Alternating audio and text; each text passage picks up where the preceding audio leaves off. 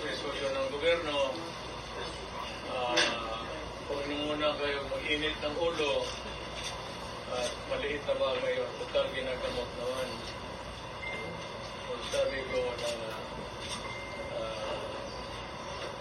total na noon naman si Inday, nandoon si Bato, nandoon si Bongo, palit-palit sila bantay kay Historieta.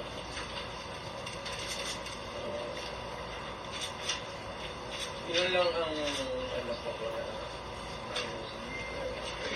Parinig ko lang rin sa lahat ng mga lumad na kabubor ng buong Pilipinas. Sabagay, yung kayong nasa lowland areas na naintindihan namin. Proseso yun ng Kongreso. We cannot question their authority. May investigation. It's just too bad na gano'n na nangyari.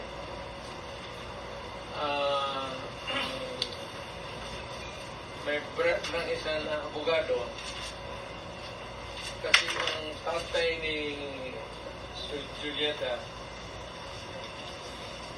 si Fiscal Lopez noon, kasama ko sa so, yung mga pinsan-pinsan ng mga abogado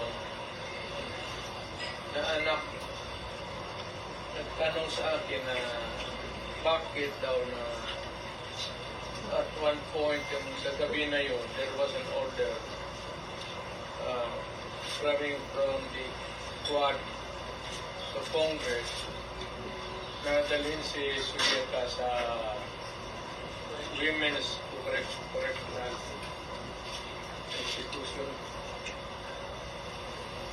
na hindi naman daw kriminal. Tama naman siya. Ganun kasi ang gusto niyang malaman sa akin, sabi ko na pa akong sagot kasi hindi pa ako napunta ng Maynila. As a matter of fact, tawag ako ng kausap si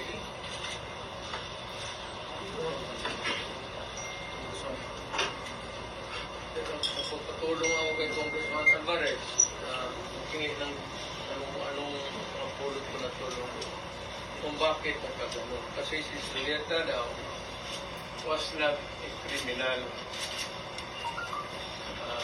Alam mo, practice, kung ang Congress, ang contempt is not a crime.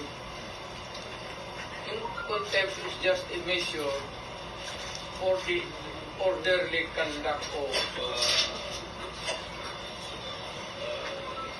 congressional hearings.